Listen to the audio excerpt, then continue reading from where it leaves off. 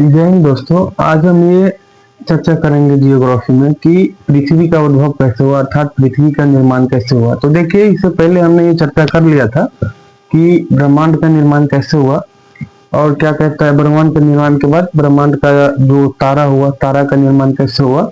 और हमने ये भी चर्चा कर लिया था जो हमारा ग्रह अर्थात जो प्लेनेट है उसका निर्माण कैसे हुआ। तो आज हम जो पृथ्वी का उद्भव पर चर्चा कर रहे हैं, पृथ्वी भी एक ग्रह है। अब मैंने ग्रह का जो परिभाषा है उसका निर्माण कैसे हुआ पिछले क्लास में बता दिए, ठीक है। तो पृथ्वी का जो उद्भव है इसको लेकर अलग अलग मतलब व्याख्या किया गया है, तो हम उस पर थोड़ा चर्चा करेंगे। लेकिन सबसे सबसे जो महत्वपूर्ण सिद्धांत है वो बिग बैंग है, जो जिसका मान्यता बहुत ज्यादा है, ठीक है। और तो आप इसमें बने रहिए और एक एक करके हम क्या करते हैं, कौन सा वैज्ञानिक जो था उसने क्या कहा, एक एक पे हम चर्चा कर रहे हैं। देखिए, जैसे पृथ्वी का जो उद्भव हुआ, ठीक है, पृथ्वी का उद्भव यह लिख दिया हमने।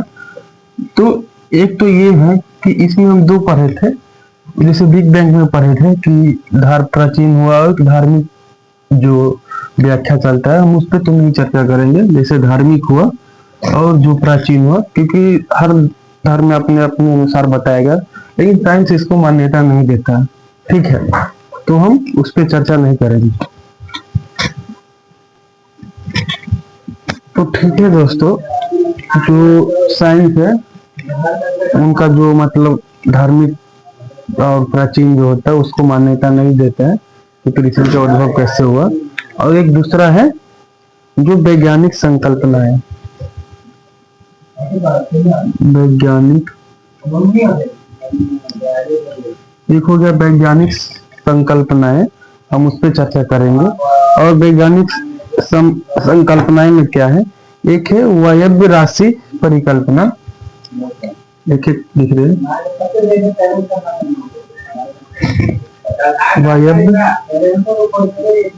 वायव्य राशि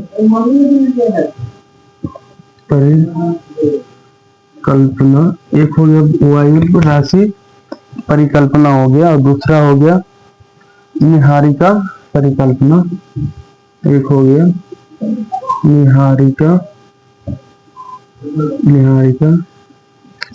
परिकल्पना,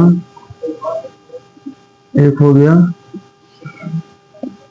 अंतर कारक धूल परिकल्पना। ये तीन परिकल्पना है मतलब पृथ्वी के निर्माण में चलता है। लेकिन एक का भी एक और है जो बिग बैंग है और उसी का मान्यता भी सबसे ज्यादा है। लेकिन ये परिकल्पना भी हम पढ़ लेते हैं जो पृथ्वी का निर्माण जो होता है इसमें बताया गया है, वायव्य राशि परिकल्पना। देखिए, जो वायव्य राशि परिकल्पना किसने दिया था, इमैनुएल कांट ने दिया था। किसने दिया था, इमैनुएल कांट ने दिया था ये परिकल्पना। इनका मानना था कि जो हमारा नेबुला है, याद कीजिए नेबुला जिसे तारे का निर्माण हुआ था, मैंने बताया था, ठीक है। तो इनका ये मानना है, वायव्य राशि में ये कह रहा है जो कांट साहब है, ये कह रहा है कि पृथ्वी का निर्माण क्या हुआ है, नेबुला से हुआ है। अब इससे कैसे हुआ है, देखिए इनका ये मानना है जो ग्रह है पृथ्वी है उसका निर्माण कैसे हुआ है। उनका ये मानना है कि इस नेबुला से पहले एक दो बल को पढ़िए पहले, ठीक है, उसके बाद ये समझ में आएगा।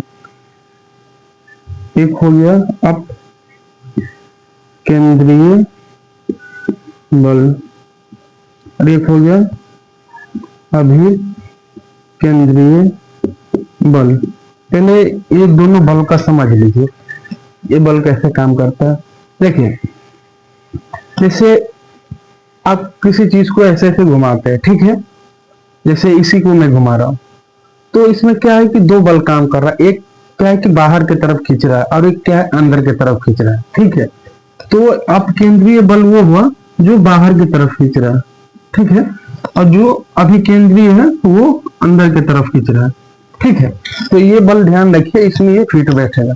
तो जो ये कांट साहब है इन्होंने बताया कि नेबुला जो है वो बहुत तेज गति में घूम रहा था, ठीक है, बहुत तेज गति में घूम रहा था। तो अब केंद्रीय बल लगा उसमें। अब केंद्रीय बल के कारण क्या हुआ, नेबुला से 9 छल्ले निकला, 9 छल्ले बाहर निकला। और इसी से क्या कहता है कि इसी से मतलब ग्रहों का निर्माण हुआ, ठीक है। तो उतना बिग बैंग की तरह उतना परफेक्ट नहीं है, लेकिन कांत साहब को यही करना काम था, ठीक है। अब हम इस पे चर्चा कर रहे हैं, निहारिका परिकल्पना। निहारिका एक हो गया, निहारिका परिकल्पना। निहारिका में कह रहा है कि जैसे एक नेबुला हो गया या क्या कहता है आकाशगंगा, तो क्या हुआ कि वो बहुत तेज से घूम रहा था, ठीक है। तो इन्होंने कहा था कि 9 छल्लों बाहर आए, छल्ला मतलब बाहर आए। तो इनका कहना है, जो निहारिका परिकल्पना ये किसने दिया था, लाप्लास ने दिया था। निहारिका लाप्लास मतलब लाप्लास ने ये दिया था, लाप्लास ने ये परिकल्पना के बारे में बताया था कि इन्होंने क्या बोला कि मतलब निहारिका से 9 छल्ला बाहर आए और उसी से ग्रह का निर्माण हुआ। लेकिन ये बता रहे कि जो निहारिका या आकाशगंगा है उससे 9 छल्ला बाहर नहीं है, एक छल्ला जो है वो उससे मतलब बहुत तेज में घूम रहा था, तो ये बल काम किया, तो उससे एक छल्ला मतलब बाहर निकला, ठीक है। तो जब एक छल्ला बाहर निकला तो उसी से आगे जाकर के क्या हुआ, उसी से ग्रह उपग्रह और जो भी और भी पिंड है उससे निर्माण, ठीक है। इनका लाप्लास का ये कहना था और कांट का ये कहना था। और एक और है अंतर तारक धूल परिकल्पना। एक हो गया अंतर तारक अंतर तारक धूल परिकल्पना। इसको दिया था ऑटो सीमट ने, ऑटो सीमट ने ये परिकल्पना दिया था। और इन्होंने एक बहुत अच्छा बात बताया कि ये जो ग्रह का निर्माण है ये कैसे हुआ। उनका ये मानना है कि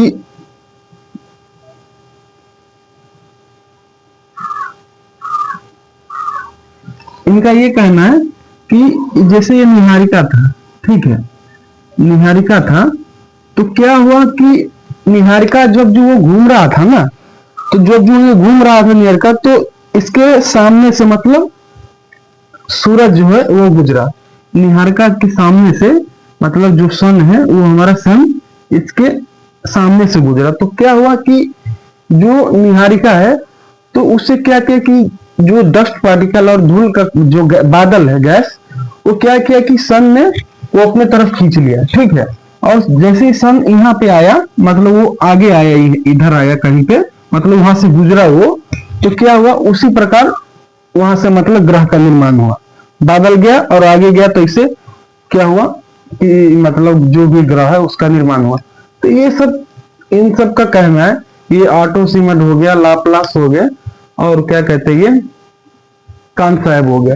लेकिन जो सबसे परफेक्ट वो क्या है, बिग बैंग। वो मैंने पहले ही बता दिया था कि उसका निर्माण कैसे हुआ। तो जैसे उसका निर्माण को एक बार हम रिकॉल करें तो कैसे हुआ था, हमने ये बताया था कि जब जो नेबुला है, नेबुला से मतलब क्या हुआ था, तारों का निर्माण हुआ था। जैसे हमारा सन है, सन का निर्माण हुआ था, ठीक है।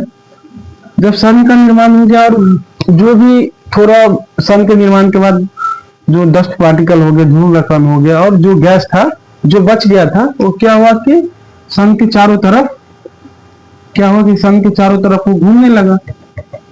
मतलब 0.2% था, इतना ही था जो इसके मतलब चारों तरफ घूमने लगा। तो यहाँ क्या हुआ कि दो बल काम किया, एक हो गया कोहेसिव और क्या हुआ एक गुरुत्वाकर्षण बल। कोहेसिव बल के कारण क्या हुआ, ये जो डस्ट पार्टिकल और ये जो गैस था वो आपस में मिलने लगा, क्योंकि सेम कोहेसिव फोर्स यही होता है कि सेम चीज आपस में मिलने लगता है। और दोनों बल के कारण क्या हुआ, ये आपस में मिला, बहुत सारे पिंडों का निर्माण किया, पिंडों का निर्माण किया, ठीक है। और ये इसी पिंड को हम क्या कहते हैं, ग्रहाणु कहते हैं, ठीक है। इसी पिंड को क्या कहते हैं, ग्रहाणु। जब ये पिंड आपस में मतलब बल, गुरुत्वाकर्षण बल के कारण, और ये जो बल है वो सिर्फ इसके कारण क्या हुआ, जब ये आपस में टकराए, आपस में मिले, तो इन्होंने क्या किया कि ग्रहों का निर्माण किया। तो आज हम यही चर्चा करेंगे। यहाँ तक तो हम ग्रह का जो निर्माण है उसका चर्चा कर लिए थे। तो अब हम ये चर्चा करेंगे कि हमारे पृथ्वी पे, ठीक है, ग्रह तो यहाँ से बन गया, तो हमारे पृथ्वी पे स्थल मंडल का निर्माण कैसे हुआ, उसका विकास कैसे हुआ। तो पहले हम स्थल मंडल पे हम चर्चा करेंगे, ठीक है।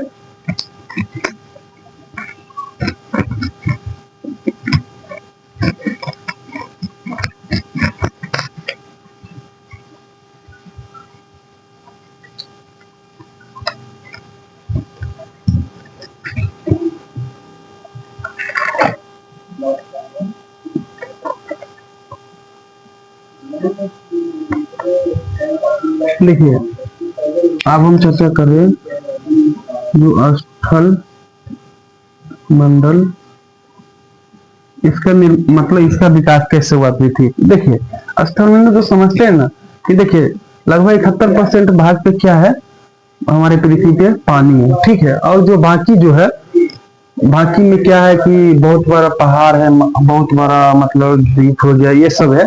तो जो बाकी जो सब है उसको हम क्या कहते हैं, स्थल मंडल कहते हैं, ठीक है। तो पानी के अलावा जो भी है वो क्या है, स्थल मंडल है। तो हम ये चर्चा करते हैं कि आखिर स्थल मंडल का निर्माण कैसे हुआ। देखिए, अभी हमने क्या बताया कि जब ग्रहाणु बना था, ध्यान दीजिएगा, ग्रहाणु बना था, ठीक है, जो सूर्य के चारों तरफ घूम रहा था, उसका पिंडों का निर्माण हुआ, ठीक है, और ग्रहाणु बना। तो ग्रहाणु से क्या हुआ, इस ग्रहाणु से ये हुआ कि जब ये आपस में टकराए, ग्रहाणु जो पिंड था वो आपस में टकराए, किसके कारण, गुरुत्वाकर्षण बल हो गया, कोहेसिव फोर्स हो गया, ठीक है। इसके कारण आपस में टकराए तो ग्रहों का निर्माण हुआ। तो जब हमारा पृथ्वी जब जो टकराया, तो जो हमारा अर्थ बना वो इतना गर्म था, उसमें इतना उष्मा था, मतलब कह नहीं सकते, बहुत ज्यादा मतलब तापमान। आप ही सोचिए कि जब दो पिंडों के टक्कर से बना है, मतलब कई सारे पिंड उसमें टकराया, उससे क्या हुआ है कि पृथ्वी का मतलब ग्रह का निर्माण हुआ। उस समय उसमें इतना ग्रह था कि उस समय जो हमारा पृथ्वी का जो वायुमंडल था, जो हमारा पृथ्वी का वायुमंडल था, ये जो पृथ्वी का वायुमंडल है, इसमें दो ही गैस था, एक था हाइड्रोजन और एक था हीलियम। पृथ्वी में क्या था उस समय, हमारे पृथ्वी के वायुमंडल में हाइड्रोजन और हीलियम था, और पृथ्वी आग का गोला था उस समय, ठीक है। तो क्या हुआ, इस कारण क्या हुआ, जो आग का गोला था उष्मा के कारण पृथ्वी में इतना गर्म के कारण क्या हुआ, वो पिघलने लगा। जो उसमें पदार्थ था पृथ्वी पे वो क्या हुआ, पिघलने लगा। जब ये पिघलने लगा तो इसमें क्या हुआ, पिघलने के बाद क्या होता है कि जो पृथ्वी का जो हल्का, पृथ्वी पे जो हल्का पदार्थ था वो ऊपर के तरफ ऊपर चला गया,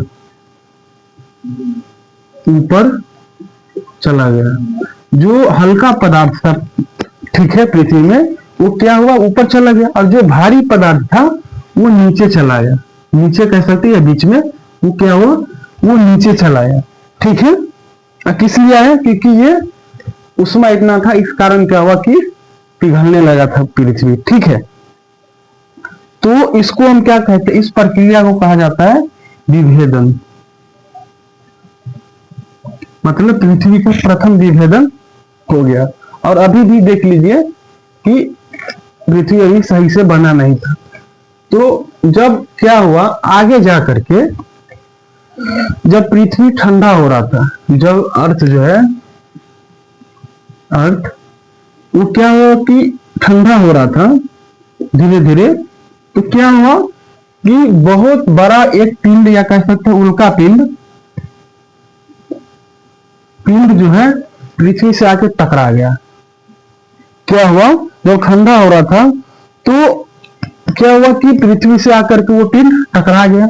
अब जैसे ही टकराया तो उससे इतना सारा क्या कहते पदार्थ मलबा निकला, इतना सारा मलबा निकला टकराने के बाद कि इससे क्या हुआ कि ये पृथ्वी के चारों तरफ जब घूमने लगा, ठीक है, वो पदार्थ, और क्या हुआ इससे ये हुआ कि जो हमारा क्या कहता है, इसका नाम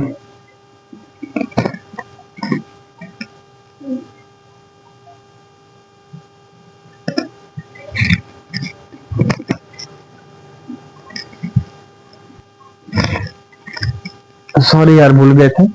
तो क्या हुआ, जब पृथ्वी से मतलब एक पिंड टकराया तो पृथ्वी क्या हुआ कि मतलब फिर से गर्म हो गया और इतना सारा उसमें से पदार्थ मलबा निकला।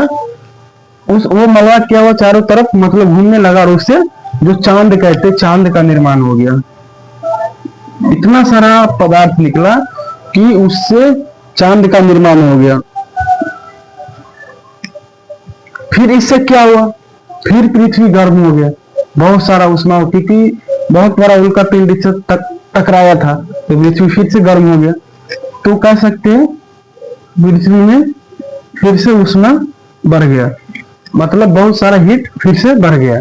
तो इससे क्या हुआ, पृथ्वी पे एक परतदार पृथ्वी का निर्माण हुआ, परतदार पृथ्वी का निर्माण हुआ। और अब क्या हुआ, पृथ्वी का 3 भाग बन गया।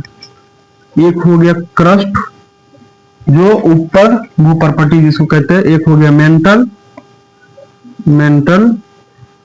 और एक हो गया कोर, ठीक है। ये इस मतलब ये बन गया। अब देखिए क्या हुआ, अभी तक क्या है कि पृथ्वी पे दोबारा टकराया और अभी तक पृथ्वी क्या था, गर्मी था, ठीक है। तो अब हम देखिए अब पृथ्वी पे वायुमंडल और जलमंडल का विकास कैसे हुआ, ठीक है। अब यही चर्चा करेंगे कि पृथ्वी पर वायुमंडल और जल, अब हम चर्चा कर रहे हैं कि पृथ्वी पे वायुमंडल और जलमंडल का विकास आखिर कैसे हुआ। अब ध्यान से बने रहिए।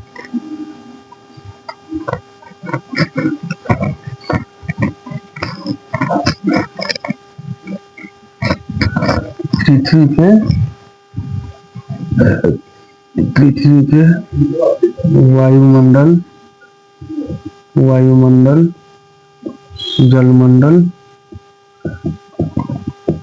इसका विकास कैसे हुआ पृथ्वी पे, अब हम क्या कर रहे हैं उस पर अब हम चर्चा कर रहे हैं। देखिए पहले तो ये समझिए, जब हमने अभी क्या बताया कि जब मतलब अर्थ बन रहा था, पृथ्वी बन रहा था, ग्रहणों से मतलब टक्कर हुआ, तो उस समय जो वायुमंडल बना था उसको क्या कहते, आदिकालक वायुमंडल कहते हैं। आदिकालक, उसके क्या कहते हैं, आदिकालक वायुमंडल। देखिए ध्यान दीजिएगा वायुमंडल कैसे बना, उसके क्या कहते हैं, आदिकालक वायुमंडल।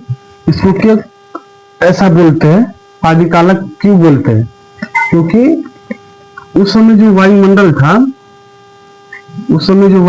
था, ठीक है, पृथ्वी में वो क्या था कि उसमें हाइड्रोजन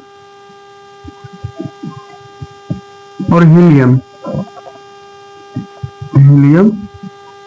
दो ही गैस उस समय उपस्थित था उसमें, ठीक है। एक अलग वायुमंडल था तो उड़ गया, उसका कारण था सूर्य। तो वायुमंडल का निर्माण कैसे हुआ, तो देखिए जब विभेदन हुआ था, हमने बताया था कि प्रथम विभेदन हुआ था, तो जब विभेदन के समय क्या हुआ था, बहुत सारा ज्वालामुखी भी उत्पन्न होने लगा था, निकलने लगा था। तो जो पृथ्वी का जो आंतरिक भाग है, अंदर से गैस और जलवाष्प, ये दोनों निकला, ठीक है। जब ये दोनों निकला तो क्या हुआ कि जलवाष्प मतलब जलवाष्प में संघनन की प्रक्रिया शुरू हो गया, और जब संघनन का प्रक्रिया जो शुरू हुआ तो इससे क्या हुआ, CO2 घूमने लगा और बारिश, इससे क्या हुआ, बारिश होने लगा, बहुत सारा वर्षा होने लगा। तो इससे क्या हुआ कि जो अर्थ का तापमान है, पृथ्वी का तापमान है, ये भी कम होने लगा। तो एक इसमें बताया गया है कि यही जो बारिश जो मतलब वर्षा हुआ, पानी हुआ, तो आप एक बात ध्यान दीजिएगा, जब जो पृथ्वी से हमने क्या बताया था कि जब जो एक पिंड टकराया था तो उस समय क्या हुआ था, पिंड को टकराने से पृथ्वी में गर्त बन गया था, बहुत सारा गर्त मतलब गड्ढा बन गया था। तो ये जो वर्षा हो रहा था, वो वर्षा क्या हुआ कि वो उसमें भरने लगा, मतलब पानी वो गड्ढा में भर गया, और इसी से क्या हुआ, वायुमंडल का विकास हुआ। इसी से क्या तो कह सकते हैं, सॉरी, इससे क्या हुआ, मतलब जो महासागर है उसका विकास हुआ। इस गड्ढे में जो गर्त बना हुआ था, टकराने उल्का पिंड टकराया था, तो ये बन गया क्या, महासागर का निर्माण, उसमें पानी भर गया, क्योंकि संघनन की प्रक्रिया से क्या हुआ, CO2 घुलने लगा और तापमान कम हुआ, तो वर्षा हो रहा था, तो उसमें गर्त भर गया और महासागर का निर्माण हुआ। 4 करोड़ साल पहले, आज से 400 करोड़ साल पहले महासागर का निर्माण हुआ। महासागर का निर्माण हुआ। इसी गर्त में आज से 400 करोड़ साल पहले महासागर का क्या हुआ, निर्माण हुआ। ठीक है। और 380 करोड़ साल पहले इसी महासागर में 380 करोड़ साल पहले मतलब लाइफ आया, मतलब जीवन आया। इसी पहला जीवन महासागर में आया। ठीक है। 380 करोड़ साल पहले इसी महासागर में क्या हुआ, जीवन का शुरुआत हुआ। और जो जीवन पहले बना वो उस जीवन का उसका नाम था फाइटोप्लैंक्टन।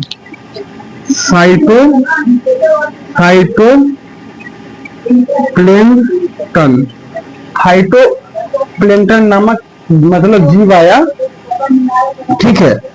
इसी महासागर में पहला जीव यही आया। ठीक है, फाइटोप्लैंक्टन। और इसके पास क्लोरोफिल था। इसके पास क्या था, क्लोरोफिल था।